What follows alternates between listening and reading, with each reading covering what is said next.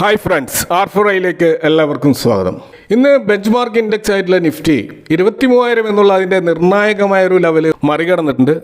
അതൊരു ശക്തമായൊരു റിക്കവറി തന്നെയാണ്. എങ്കിൽ പോലും രണ്ട് പ്രധാനപ്പെട്ട സൂചികകൾ ഇപ്പോഴും അപകടകരമായ അവസ്ഥയിൽ നിൽക്കുന്നതായിട്ട് നമുക്ക് കാണാൻ കഴിയും. അതിലൊന്ന് മാർക്കറ്റ് വളറ്റിലിറ്റി ഇൻഡെക്സ് ആയിട്ടുള്ള ഇന്ത്യ വിക്സ്, അത് 25 ചുറ്റിപ്പറ്റി തന്നെ നിൽക്കുകയാണ്. അത് US വിക്സ് ആയാലും ഇതേ ലെവലിൽ തന്നെയാണ്, 25 മുകളിലാണ് നിൽക്കുന്നത്. അപ്പോൾ അവിടെ മാർക്കറ്റിലെ ട്രേഡേഴ്സ് വെച്ചു പുലർത്തുന്ന ആ ഒരു ഫിയർ ഗേജ് അതിപ്പോഴും ആ ഒരു ഫിയർ സോണിൽ തന്നെ നിൽക്കുന്നുണ്ട് എന്നാണ് ഇതിൽ നിന്ന് നമുക്ക് മനസ്സിലാക്കാൻ കഴിയുന്നത്. ഇപ്പോൾ മാർക്കറ്റിൽ ഏത് സമയത്തും അപ്സൈഡ് ആയിട്ടും ഡൗൺ സൈഡ് ആയിട്ടും വയലൻ്റ് ആയിട്ടുള്ള മൂവുകൾ ഉണ്ടാവും എന്നാണ് ഈ ഒരു ഇന്ത്യ വിക്സിൻ്റെ ആ ഒരു ലെവലുകൾ നൽകുന്ന ഒരു സൂചന. അപ്പോൾ അതുകൊണ്ട് തന്നെ നിലവിൽ 23,000 ലെവലിൽ നിൽക്കുന്നുണ്ടെങ്കിലും അപകട നില തരണം ചെയ്ത് നമുക്കിപ്പോഴും പറയാനായിട്ടില്ല. ഇത് കൂടാതെ മറ്റൊരു പ്രധാനപ്പെട്ട കാര്യമായിട്ടുള്ള ക്രൂഡ് ഓയിൽ പ്രൈസ്, ഇപ്പോൾ ബ്രന്റ് ക്രൂഡ് ഇപ്പോൾ ട്രേഡ് ചെയ്യുന്നത് 110 എന്ന ലെവലിലാണ്. അതുപോലെ WTI ക്രൂഡ് 114 എന്ന ലെവലിൽ നിൽക്കുകയാണ്. സാധാരണഗതിയിൽ WTI ക്രൂഡ് ബ്രന്റ് ക്രൂഡിനേക്കാൾ താഴെയാണ് പൊതുവെ അതിൻ്റെ വില ഉണ്ടാകാറുള്ളത്. എന്നാൽ ഇന്ന് നമ്മൾ കാണുന്നത് WTI ക്രൂഡ് 114-ലും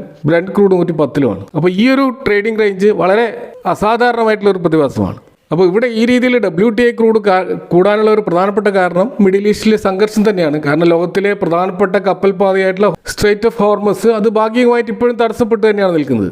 അപ്പോൾ ആഗോള എണ്ണ വിപണിയുടെ ഏകദേശം 20% നീങ്ങുന്നത് ഈ ഒരു കടലിടുക്ക് വഴിയാണ്. അപ്പോൾ ബ്രന്റ് ക്രൂഡ് കടൽ മാർഗമുള്ള ഒരു ഡെലിവറിയാണ്, അഥവാ സീബോൺ ഡെലിവറിയാണ് ബ്രന്റ് ക്രൂഡിൻ്റെ പ്രത്യേകത. അപ്പോൾ കടൽ പാതകൾ തടസ്സപ്പെട്ട് കഴിഞ്ഞാൽ ബ്രന്റ് ക്രൂഡ് എപ്പോഴും വില കൂടാറുണ്ട്. അതുകൊണ്ടാണ് ഏതൊരു യുദ്ധം ഉണ്ടാകുമ്പോഴും ബ്രന്റ് ക്രൂഡിൻ്റെ വില കൂടുന്നത്. എന്നാൽ WTI ക്രൂഡ് അത് അമേരിക്കയിലെ കര ബേസ്ഡ് ആയിട്ടുള്ള ഒരു ക്രൂഡ് ഓയിലാണ്. അപ്പോൾ യുദ്ധം കാരണം കടൽ പാതകൾ അടഞ്ഞാലും അമേരിക്കൻ എണ്ണ സുരക്ഷിതമായിട്ട് ലഭിക്കുമെന്ന നിക്ഷേപകരുടെ വിശ്വാസമാണ് ഈ ഒരു വില WTI കൂടാനുള്ള ഒരു കാരണം. അപ്പോൾ എവിടെ നിന്നാണോ പെട്ടെന്ന് എണ്ണ ലഭിക്കുക അതിന് കൂടുതൽ വില നൽകാൻ കമ്പനികൾ തയ്യാറാകുന്നു. പ്രത്യേകിച്ച് അമേരിക്കൻ എണ്ണ പൈപ്പ് ലൈനുകൾ വഴി ലഭ്യമായതിനാൽ കടൽ മാർഗമുള്ള ബ്രന്റിനേക്കാൾ ഡിമാൻഡ് ഇപ്പോൾ WTI ക്രൂഡിന് ലഭിക്കുകയാണ്. എന്നാൽ ഇന്ത്യയെ സംബന്ധിച്ചിടത്തോളം ഈ രണ്ട് വിലക്കയറ്റവും ആശങ്കാജനകമാണ്. കാരണം ബ്രന്റ് ക്രൂഡ് ലഭിക്കുന്നില്ലെങ്കിൽ തീർച്ചയായിട്ടും നമ്മൾ WTI ക്രൂഡിനെ ആശ്രയിക്കേണ്ടി വരും. പക്ഷേ WTI ക്രൂഡ് റിഫൈനിങ് കോസ്റ്റ് വളരെയധികമുള്ള ഒരു സംഭവമാണ്. അതുകൊണ്ട് തന്നെ പെട്രോൾ ഡീസൽ വിലയിൽ വലിയ തോതിൽ ഹൈക്ക് ഉണ്ടാവാൻ അത് കാരണമാകും. അപ്പോൾ അതുകൊണ്ട് തന്നെ തീർച്ചയായിട്ടും ഈ ക്രൂഡ് ഓയിൽ പ്രൈസ് അപകടകരമായ അവസ്ഥയിൽ നിൽക്കുന്നത് കൊണ്ട് തന്നെ നമ്മുടെ മാർക്കറ്റിൻ്റെ ഈ ഇന്നത്തെ റിക്കവറി എത്രത്തോളം നിലനിൽക്കുമെന്നുള്ളത് നമ്മൾ കണ്ടു തന്നെ അറിയേണ്ട ഒരു കാര്യമാണ്. അപ്പോൾ നിഫ്റ്റി 50 ഇന്ന് 23,000 കടന്നിട്ട് 23,123 ലെവലിലൊക്കെയാണ് ക്ലോസ് ചെയ്തിരിക്കുന്നത്. അപ്പോൾ മോർണിംഗിൽ അതിശക്തമായിട്ടുള്ള ഒരു സെല്ലിംഗ് പ്രഷർ ഉണ്ടായിരുന്നു.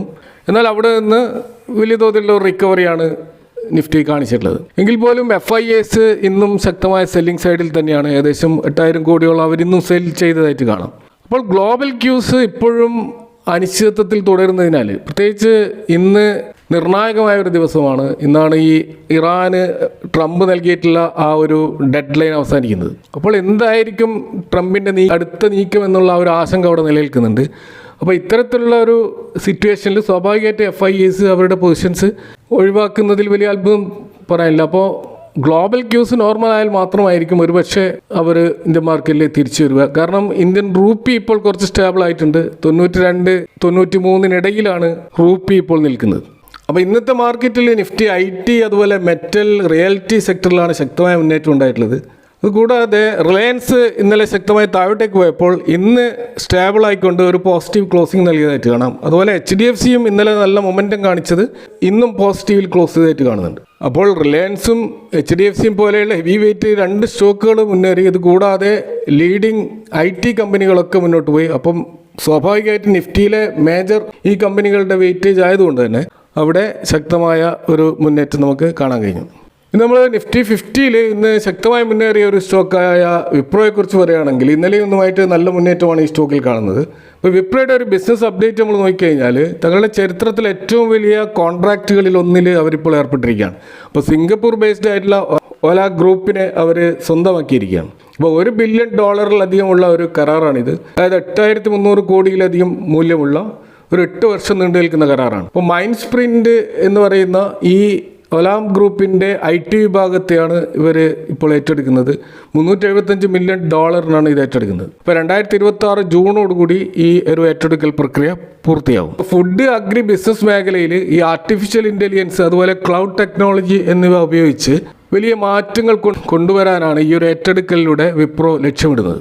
അപ്പോൾ വിപ്രോയ്ക്ക് ഈ ഒരു കോൺട്രാക്റ്റിലൂടെ ഏകദേശം $100 മില്യൺ അധിക വരുമാനം ഓരോ വർഷവും ഇവർക്ക് ലഭിക്കും. വിപ്രോ സ്റ്റോക്കിനെ കുറിച്ച് നമ്മൾ നോക്കുകയാണെങ്കിൽ അതിൻ്റെ PE റേഷ്യോ 16 എന്ന ലെവലിലാണ്. അപ്പോൾ മറ്റ് IT സ്റ്റോക്കുകൾ കമ്പയർ ചെയ്യുമ്പോൾ വളരെ അട്രാക്റ്റീവ് ആയിട്ടുള്ള ഒരു വാല്യുവേഷനിലാണ് ഇത് നിൽക്കുന്നത്. എങ്കിൽ പോലും പല ലീഡിംഗ് ബ്രോക്കറേജ് ഹൗസുകളും ഇതിന് ഇപ്പോഴും ഹോൾഡ് എന്ന റേറ്റിംഗ് മാത്രമാണ് കൊടുത്തിട്ടുള്ളത്, ബൈ റേറ്റിംഗ് ഇപ്പോഴും കൊടുത്തിട്ടില്ല. ഇപ്പോൾ Q4 റിസൾട്ട് വളരെ പ്രധാനപ്പെട്ടതാണ്. ഏപ്രിൽ നെക്സ്റ്റ് വീക്ക് ഇതിൻ്റെ റിസൾട്ടുകൾ പുറത്തു വരുമ്പോൾ തീർച്ചയായിട്ടും വിപ്രോ സ്റ്റോക്ക് നമ്മൾ വാച്ച് ലിസ്റ്റിൽ ആഡ് ചെയ്തുകൊണ്ട് നിരീക്ഷിക്കേണ്ട ഒരു സ്റ്റോക്കാണ്. കൂടാതെ വിപ്രോ നല്ല തോതിൽ ഡിവിഡൻഡ് നൽകുന്ന ഒരു സ്റ്റോക്ക് കൂടിയാണ്. ഇവരുടെ ഡിവിഡൻഡ് ഈൽഡ് ഏകദേശം 6% ആണ്. അപ്പോൾ അതും ഈ സ്റ്റോക്കിനെ അട്രാക്റ്റീവ് ആക്കുന്നുണ്ട്. അപ്പോൾ ഈ സ്റ്റോക്കിൽ ഇപ്പോൾ നടന്നിട്ടുള്ളത് ഒരു വാല്യൂ ബൈങ് ആണെന്ന് നമുക്ക് മനസ്സിലാക്കാം. അതിൻ്റെ അടിസ്ഥാനത്തിൽ ഒരു ശക്തമായ മൂവാണ് ഇന്ന് ഈ സ്റ്റോക്കിൽ കണ്ടത്. അതുപോലെ മറ്റൊരു ബിസിനസ് അപ്ഡേറ്റ് ഇന്ന് വന്ന സ്റ്റോക്കാണ് ബജാജ് ഫിനാൻസ്. അവരുടെ Q4 ബിസിനസ് അപ്ഡേറ്റിൽ നമ്മൾ കാണുന്നത് വളരെ പോസിറ്റീവായിട്ടുള്ള വളർച്ച സൂചിപ്പിക്കുന്ന കണക്കുകളാണ്. അപ്പോൾ കമ്പനിയുടെ മൊത്തത്തിലുള്ള AUM അസറ്റ് അണ്ടർ മാനേജ്മെൻറ്റ് ഏകദേശം 5 ലക്ഷം കോടി എന്ന ഒരു മൈൽ സ്റ്റോൺ പിന്നിട്ടിരിക്കുകയാണ്. ഇപ്പോൾ കഴിഞ്ഞ വർഷത്തെ അപേക്ഷിച്ചിട്ട് ഇയർ ഓൺ ഇയർ 22% വളർച്ചയാണ് അവർ രേഖപ്പെടുത്തിയത്. അതിൻ്റെ അടിസ്ഥാനത്തിലാണ് ഈ ഒരു AUM 5.1 ലക്ഷം കോടിയായിട്ട് ഉയർന്നിരിക്കുന്നത്. ഇതുകൂടാതെ കമ്പനി പുതിയ വായ്പകൾ നൽകുന്ന കാര്യത്തിൽ വമ്പിച്ച വളർച്ച നേടിയിട്ടുണ്ട്. 12.89 മില്യൺ വായ്പകൾ കമ്പനി നൽകിയതായിട്ടാണ് കണക്ക്. ഇത് മുൻ വർഷത്തെ അപേക്ഷിച്ചിട്ട് 20% ഒരു വർധനമാണ്. ഇതുകൂടാതെ കമ്പനിയിലെ കൺസ്യൂമേഴ്സിൻ്റെ എണ്ണം അത് 119.33 മില്യണായിട്ട് ഉയർന്നിട്ടുണ്ട്. കഴിഞ്ഞ വർഷം അത് 101.82 മില്യൺ ആയിരുന്നു. എന്നാൽ അവിടെ കമ്പനിയുടെ ഡെപ്പോസിറ്റ് കളക്ഷനിൽ ചെറിയൊരു ഡിപ്പ് ഉണ്ടായിട്ടുണ്ട്. 68,550 കോടിയാണ് ഇപ്പോൾ ഇവരുടെ ഈ ഡെപ്പോസിറ്റ് ബുക്ക് കാണുന്നത്. എന്നാൽ കഴിഞ്ഞ വർഷം അത് 71,403 കോടിയായിരുന്നു. അവിടെ നേരിയൊരു ഡിപ്പ് ഉണ്ടായിട്ടുണ്ട്. അപ്പോൾ കമ്പനിയുടെ ബോർഡ് മീറ്റിംഗ് ഏപ്രിൽ 29 നടക്കുന്നത്. അന്ന് ഔദ്യോഗികമായിട്ട് നമുക്ക് ഈ കമ്പനിയുടെ ഓഡിറ്റഡ് റിസൾട്ടുകൾ നമുക്ക് കാണാൻ കഴിയും. അപ്പോൾ വായ്പകളുടെ കാര്യത്തിലും അതുപോലെ കൺസ്യൂമേഴ്സിൻ്റെ എണ്ണത്തിൻ്റെ കാര്യത്തിലും ഒക്കെ ബജാജ് ഫിനാൻസിൻ്റെ ഈ ഒരു വളർച്ച അത് തീർച്ചയായിട്ടും നിക്ഷേപകർക്ക് ആത്മവിശ്വാസം നൽകുന്ന ഒരു റിപ്പോർട്ടാണ്. ഇനി മറ്റൊരു കാര്യത്തിലേക്ക് വന്നാൽ ജെഫ്രീസ് ഇന്ത്യൻ റെയിൽവേ സ്റ്റോക്കുകളെ കുറിച്ച് പുറത്തുവിട്ട ഒരു റിപ്പോർട്ട് നമുക്ക് കാണാൻ കഴിയും.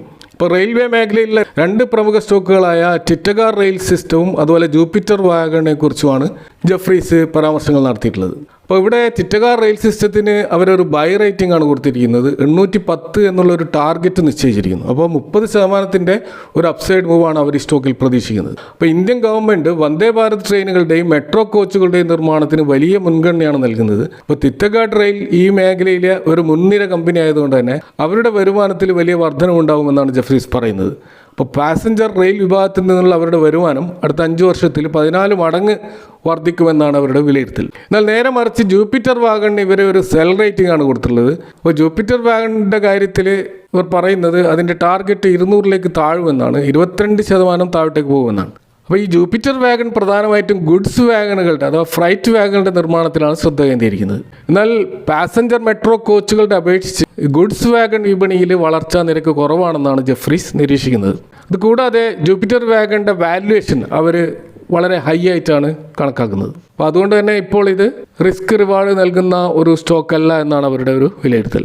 ഇതുകൂടാതെ മൊത്തത്തിൽ അവർ റെയിൽവേ സ്റ്റോക്കുകളെ കുറിച്ച് പറഞ്ഞിട്ടുള്ളത് ഈ റോളിംഗ് സ്റ്റോക്സിൻ്റെ ആ ഒരു കാപ്പക്സ് അതിൽ ഗവൺമെൻറ് ഇൻവെസ്റ്റ് ചെയ്യുന്ന ആ ഒരു ക്യാപിറ്റൽ എക്സ്പെൻഡിച്ചർ അത് പ്രതിവർഷം 10% തോതിൽ വർദ്ധിക്കുമെന്നാണ്. ഇതുകൂടാതെ വന്ദേ ഭാരതുമായിട്ട് ബന്ധപ്പെട്ടിട്ട് 2030 800 വന്ദേ ഭാരത് ട്രെയിൻ സെറ്റുകൾ എന്ന ലക്ഷ്യം റെയിൽവേ മുന്നോട്ട് വെച്ചിട്ടുണ്ട്. അത് ഈ സ്റ്റോക്കുകളുടെ വളർച്ചയ്ക്ക് കാരണമാകുമെന്നാണ്. കൂടാതെ ഇന്ത്യയിലെ മെട്രോ നെറ്റ്വർക്ക് 2033 അത് ഇരട്ടിയായിട്ട് വർദ്ധിക്കുമെന്നാണ്. അതായത് 2000 കിലോമീറ്റർ വർദ്ധിക്കുമെന്നാണ്. അപ്പോൾ അതുകൊണ്ട് തന്നെ അത് കോച്ച് നിർമ്മാതാക്കൾക്ക് വലിയ അവസരം ഉണ്ടാകുമെന്നാണ് ജെഫ്രീസ് ചൂണ്ടിക്കാണിക്കുന്നത്. അപ്പോൾ ചുരുക്കത്തിൽ റെയിൽവേ സെക്ടറിലെ എല്ലാ വരികളും ഒരുപോലെ വളരണമെന്നില്ല.